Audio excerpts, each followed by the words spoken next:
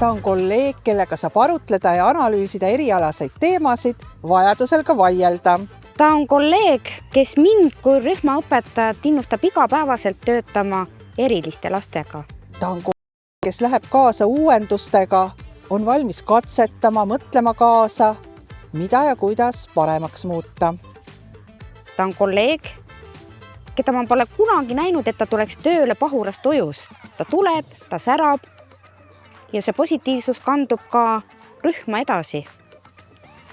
Ta suudab suurepäraselt saavutada kontakti lastega, sest ta suhtleb nendega mänguliselt. Lapsed ise ütlevad, et temaga on tore mängida. Tegelikult teeb ta nendega täiesti tõsist individuaalset õppetööd.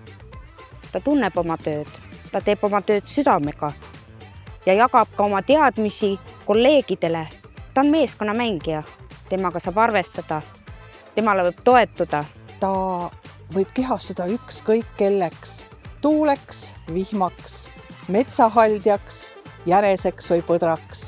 Ta on huumorimeelne, aus ja siiras. Ta on pikaajalise kogemusega logopeed eripedagoog, kes on oluliselt panustanud Tori valla laste arengusse.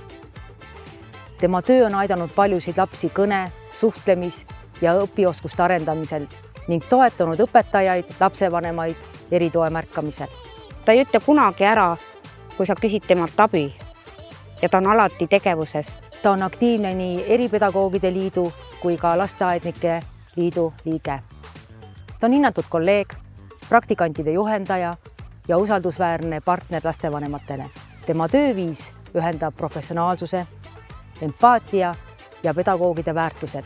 Ta ise ütleb, et ka mölutamine on tegevus, sest aju vajab uute ideede genereerimiseks puhkust. Tänu oma pühendumusele ja erialasele pädevusele on ta mõjutanud positiivselt nii laste arengut, kolleegide tööd kui ka tulevaste spetsialistide kujundamist.